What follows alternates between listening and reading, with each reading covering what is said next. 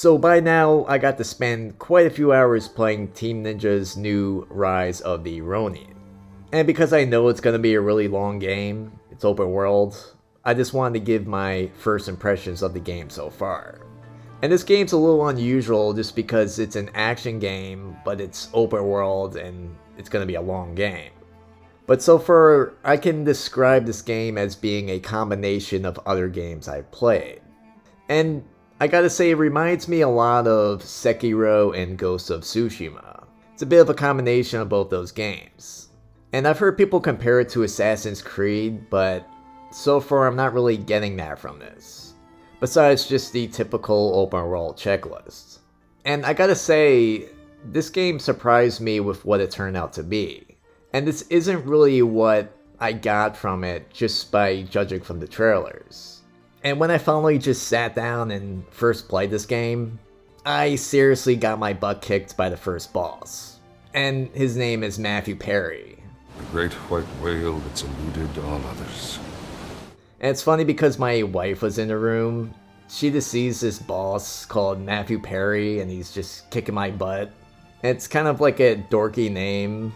And it's because he was actually based on a real historical person, the Commodore Matthew Perry. And yeah, it was kind of frustrating at first just because I wasn't expecting that level of challenge right away. It definitely was a bit of a steep learning curve. But in the midst of getting my butt kicked, it came to my mind that this is a Team Ninja game. This is the same company that gave us other challenging action games like Ninja Gaiden. And they've been doing it for decades. And then I just recalled my old Ninja Gaiden memories. And then after that, I was able to beat the boss and just start playing the game for real. And that's the first thing I'll say. This is a challenging game. And Ghost of Tsushima was challenging, but it wasn't at all like this where you just get annihilated by the first boss. It at least let you get used to everything and then it started to get more challenging. But this game immediately just wants you to play it for real. And it's not like there wasn't tutorials, but I will say I respect the challenge. I respect the game for doing this. And I thought this was just going to be another Assassin's Creed clone where you're just following checkpoints and you're just mindlessly playing it. But it wasn't that, and I gotta say it's also just a really beautiful world. And I really like how it's in mainland Japan and it's during the Bakumatsu time period. Besides just being really interesting with characters and history, it also has a lot of giant palaces for you to climb on and fly off of. I felt like that was missing from Ghost of Tsushima's landscapes. And actually Sekiro had more of a look like this. And I just really love that sort of atmosphere. But I will say that even though I'm having a good time with it, it still doesn't quite play as good as Ghost of Tsushima or Sekiro, or any of these Souls games. And that's just because it doesn't seem like there's as much with the combat here. But still, maybe the combat evolves later on in the game, but just so far it's just pretty basic. But the thing I like about this game that the other ones don't have is weapon variety. And in this game you're able to have 2 weapon types that you could use on the fly, but you could also change them up. And instead of just katana like those other 2 games, in this you have quite a selection of weapons. Spears, naginatas, double katana, pole arms, sabers, odachis. Odachis are awesome. But there's also firearms too, like rifles and handguns, because it's during the Bakumatsu period.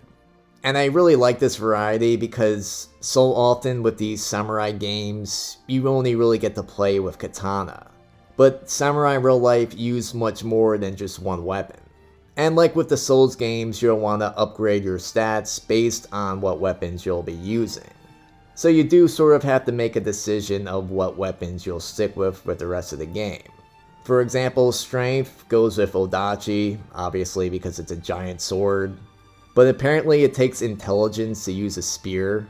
But there is a secondary stat scaling, so that allows you to have more variety if you just want to change it up. And just playing this, it makes me realize just how interesting the Bakumatsu period is. And even though I feel like I just played the game in the same setting, Last year we got Like a Dragon Ishin. But it's funny because this game also has some of those same historical characters, like Ryoma Sakamoto. He was actually the main character in Like a Dragon. And I also just watched a bunch of movies about him, so at this point it's kind of overexposure. But it's still just interesting having him in this game as a side character. It's a bit of a different perspective. And you could play side by side with Ryoma Sakamoto, and you could play as him. Because this game has a twin system, so during certain missions you get paired with a partner character. And you could switch with them on the fly, and even play as them. But you'll want to keep them alive as they'll help you out in combat. And I also heard that you could play with other people online this way, but it isn't for the entire game because it's only certain missions. So far I noticed though that most of the missions do have you play with a partner. So this twin system definitely does add variety to the combat, and it doesn't just make it feel like any other similar type of game. And in this game you get a silent protagonist, and you'll be able to edit him or her from the beginning and make them look however you want. And it's also nice too because you could change their appearance throughout the game, and you could save them the way they look. And it's nice too because it makes the player feel more connected to this world. It's not so much you're playing as someone else, but you're in it. But as with most silent protagonists, it does take away from them just having a character or personality. And some games could really just pull it off, like Zelda, obviously, but here the character seems kind of empty. But I will say, the silent protagonist at this point kind of is nostalgic to me, sort of during that PS2 era. And it reminds me of just older games like Jade Empire. And actually some of the environments in this too remind me of that game. But you also get a choice system. And I actually like how it actually feels like my decisions are making a difference. And honestly, choice dialogue at this point in games, it never really changes much. But here, at least it does feel like you actually make a difference. So far, I'll say that I'm pretty positive on this game, but it definitely isn't as good as Ghost of Tsushima or any of these Souls games. I still prefer Sekiro, and that's just because of its combat just feels inferior to those games. And it does have the generic open world that we've seen a million times. You know, it just has the checklists and you follow them. And there's a reason why action games just aren't usually long games, so I could see the combat here just getting old after a while. But still, I will say that this game does retain its own character, and I'm always a fan of a good challenging action game. But I could see this difficulty definitely turning off some players, so this game definitely isn't for everyone.